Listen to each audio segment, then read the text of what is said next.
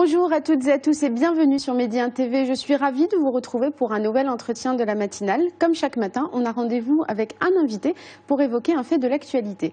Penser notre humanité, c'est le thème d'une conférence qui a été organisée il y a quelques jours par l'école HEM de Rabat.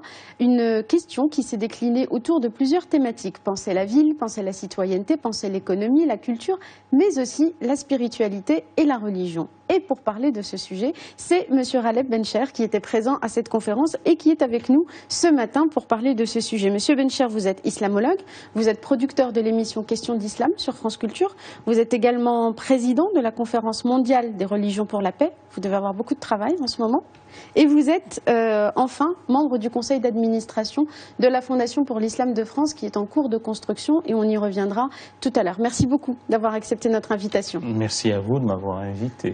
Alors, la première question, le thème de votre intervention portait sur penser notre spiritualité. Est-ce que vous pouvez nous donner d'abord une définition de la spiritualité et en quoi elle se distingue pour vous de la religiosité? Alors sincèrement, je ne suis pas sûr qu'il faille donner une définition de la spiritualité. En tout cas, à titre personnel, je pense que lorsque l'homme se connecte, le mot est à la mode de nos jours, avec ce qui le dépasse, avec le mystère, sans fragiliser son esprit. Parce que beaucoup de merveilleux, de surnaturel, d'extraordinaire vient se mêler à des faits de l'histoire et ça aliène les esprits des uns et des autres. En revanche, quand il y a cette humilité de l'homme de vouloir répondre aux sempiternelles questions qui le taraudent, quand il est lassé des vanités du monde, il y a là une sorte d'ouverture vers des forces, des esprits, et on appellera ça spiritualité. J'ai en tête la parole de Romain Rolland quand il a écrit dans une lettre adressée à Freud le 5 décembre 1927, où il parle du sentiment océanique. Il lui disait « mais j'aurais aimé à vous voir faire l'analyse de ce sentiment religieux spontané qui est rien d'autre qu'un simple lien direct et simple vers une sensation de l'éternel, sans limite perceptible, ce sentiment océanique. » Voilà une des définitions de la spiritualité. De la spiritualité. Merci beaucoup pour ce voyage littéraire. Est-ce que, selon vous, on souffre aujourd'hui dans le monde musulman ou dans la pensée musulmane de ce lien que vous évoquez? Est-ce qu'on est aujourd'hui dans une pensée qui est trop dogmatique? Ah, ma chère Hanan, vous avez raison de poser les choses ainsi, au risque d'être sévère, et je ne le voudrais pas. À la radicalité méthodologique et à la rigueur académique, il faut de la tendresse pour les êtres. J'ai bien peur que l'on soit dans une ignorance. Le peuple est outrageusement ignorant de ce qui l'élève et le promeut à des cimes qui soient en lien avec sa dignité et son humanité. On est dans un discours aliénant. Pardonnez-moi le terme, on est dans une religiosité crétinisante, on est dans un dogmatisme qui étouffe et on est aussi dans un ritualisme desséchant. On ne laisse pas la respiration, la fraîcheur. À quoi c'est dû? C'est dû à un défaut de la pensée islamique contemporaine? C'est dû au cadre institutionnel? Un peu tout, sans autoflagellation aucune, sans haine de soi, sans autocritique facile. Il y a une régression tragique, une démission de l'esprit, une défaite de la pensée par rapport à ces choses-là. La réflexion théologique est moribonde en contexte islamique, ce sont des choses qu'il faudrait dire. Or, la théologie n'est rien d'autre que l'intelligibilité de la foi mise à l'épreuve du temps. Et une foi qui n'est pas intelligente, elle s'étiole, elle se dogmatise ou elle verse dans le dogmatisme. On oublie que quelqu'un comme Ibn Arabi, 1165-1240, Mursi, Damas, puisqu'il a fait le voyage une seule fois, disait « Méfiez-vous de Dieu créé dans les dogmes ». Le dogmatisme, ça aliène, ça étouffe, et donc il est temps de sortir des clôtures dogmatiques, de s'affranchir des enfermements doctrinaux. Mais pourquoi est-ce que cet affranchissement a pu exister un certain temps dans la trajectoire de la pensée islamique, et pourquoi ça n'existe plus aujourd'hui? Est-ce que c'est dû au lien avec le politique? Est-ce que c'est dû aux histoires postcoloniales? À quoi c'est dû? Un peu tout. Les pédants diraient il y a une condensation multidimensionnelle et pluricausale. Vous voyez bien le terme, comment il est technique. C'est-à-dire s'il y a du boulot pour déconstruire tout ça. Oui, et alors il n'y avait pas ça quand il y avait, en langue arabe, on aurait dit naza'a, une tendance, une volonté d'aller vers l'humanisme. Il y avait le souci de l'homme, la préoccupation de la dignité humaine. Il y avait l'émergence d'un sujet humain en contexte islamique quand il y avait ça. Et quand on n'allait pas dans le légalisme drastique, au contraire, on a libéré on s'était libéré de ces chaînes et on a laissé place, le mot a l'air d'être peut-être un peu galvaudé, à l'amour, à la tendresse, à la sollicitude, pardon. Au doute. Et aussi au doute. Le doute, seules les certitudes rendent fou, disait Nietzsche. Et si on est arrivé à ça, c'est parce qu'on n'a pas étudié les maîtres du soupçon.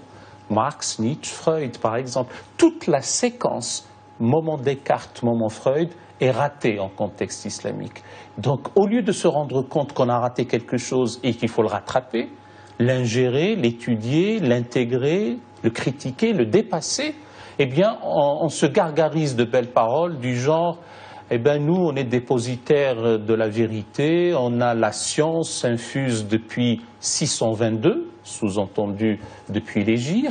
Avant l'hégire, c'est l'obscurantisme, et après l'hégire, ce sont les lumières de la foi. Mais rassurez-moi, il y a quand même des éclaireurs, il y a quand même des gens comme Mohamed Harkoun, il y a d'autres auteurs en terrain anglophone qui écrivent, qui publient, qui titillent la pensée critique en islam. Tout n'est pas noir. Non, tout n'est pas noir, et heureusement, et si ça peut vous rassurer nos téléspectateurs, oui, pour deux raisons. D'abord, le fait que nous parlions, en soi, ça ne veut pas dire que tout est noir, c'est en soi une réponse. Deuxièmement, le plus grand voyage commence par un pas. Troisièmement, les noms que vous avez cités, et le maître Mohamed Harkoun, pour ce qui concerne, j'allais dire, l'ère AIRE géographique qui nous intéresse, le Maghreb, la France, l'Europe, même lui, c'est sa stature, dépasse tout cela, et d'autres, ces notabilités-là, moi je les compare à Erasme, Thomas More, Campanella, Bacon, Rousseau, Voltaire, de leur temps. Et donc parce qu'il y a une audace intellectuelle, il y a une hardiesse de la pensée, et puis ils le font aussi par humanisme. On revient au mot, ça me paraît de la plus haute importance. Quand Mohamed Harkoun dit il faut dégeler les glaciations idéologiques, il a raison. Parce qu'il est temps de sortir de la raison religieuse dévote pour laisser place à la raison critique autonome. C'est celle-là qui libère l'homme. Est-ce que le contexte géopolitique, politique, social aujourd'hui, que ce soit dans l'ère arabo-musulmane ou dans l'ère européenne, vous connaissez très bien la France, est-ce que le contexte que l'on connaît de surcroît depuis 2 ans est favorable à cela ? Hanan, non, mais ce n'est pas une raison pour abdiquer. Antoine Blanc de Saint-Bonnet, quelqu'un du 19e siècle, dit « l'homme est le fils de l'adversité ». C'est parce que le contexte n'est pas favorable qu'il faut trouver les ressources en soi. Ce n'est que du dedans qu'une jeune âme probe et intègre puisse aspirer au salut. Donc il faut trouver ces ressources internes. Le contexte n'est pas favorable. En contexte islamique ou arabo-islamique, il y a de la manipulation, de la domestication, de l'idéologisation, de instrumentalisation de la religion pour d'autres fins que spirituelles, pour avoir une mainmise sur le peuple. Il y a ce qu'on appelle l'ignorance institutionnalisée. Ce sont des institutions politiques qui maintiennent cette ignorance et on enseigne des mensonges au regard de la connaissance historique. Ailleurs, et notamment en Europe, aussi paradoxal que ça puisse l'être, on a une classe politique dont certains, uniquement pour pouvoir jouir des dorures de la République, sont prêts à caresser les bas instincts de l'homme, là aussi en utilisant une religion alors qu'on est en contexte laïque. On ne peut pas d'un côté reprocher aux musulmans d'avoir une collusion, une intrication entre la politique et la religion en ce qui les concerne et leur demander de ne pas manipuler cette religion pour d'autres fins que spirituelles, et d'autres l'utilisent simplement pour se faire élire. Donc le contexte n'est pas bon. Est-ce qu'un contexte comme celui du Maroc, par exemple, où vous le savez, une grande réforme de l'enseignement religieux a été lancée, peut servir de souffle pour inspirer ça, cette nouvelle réflexion sur le fait religieux et sur l'enseignement du religieux? Je ne suis pas homme à faire de la langue de bois, comme on dit, ni à me défausser. Toute réforme est bonne, il faut l'encourager, il faut y aller. Simplement n'invalide pas le début de ma phrase. Ça dépend dans quel contexte et comment. Si on est dans la raison religieuse, ça risque ça confine à une situation où on cautérise une jambe en bois. Si c'est pour laisser place à la critique, une critique constructive, à la raison autonome, à un travail sérieux où l'on déconstruit les choses qui nous ont amenés à cette situation, de ce point de vue-là, ce qui se fait au Maroc devient identificatoire comme un emblème pour être suivi par d'autres. Dernière question sur la France. J'évoquais en vous présentant la Fondation pour l'Islam de France qui est en cours d'installation. Vous êtes membre du conseil d'administration.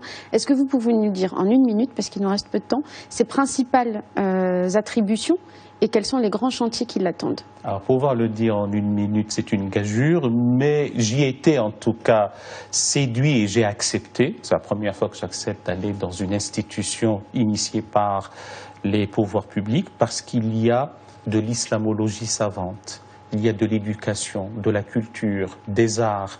Il y a là aussi une prise en charge de la déshérence culturelle et intellectuelle de la jeunesse. Pour vous, le culturel est un levier pour modifier justement le dogmatisme et le cultuel? C'est même un antidote à ce qu'on appelle la radicalisation. C'est de la plus haute importance. L'inclination aux valeurs esthétiques, au beau, au juste, aux belles lettres, aux beaux-arts, eh bien ça, c'est une condition nécessaire, elle n'est pas suffisante pour sortir du marasme dans lequel toute une jeunesse sortir du marasme et aller vers le sentiment océanique. Bien ça. Alors vous avez bien fait pour boucler la boucle par la parole de Romain Rolland. Voilà. Merci beaucoup, Monsieur Khaled Bencher, d'avoir été avec nous. Merci à tous de nous avoir suivis. Je vous donne rendez-vous demain à la même heure pour un nouvel entretien. Très bonne journée à tous.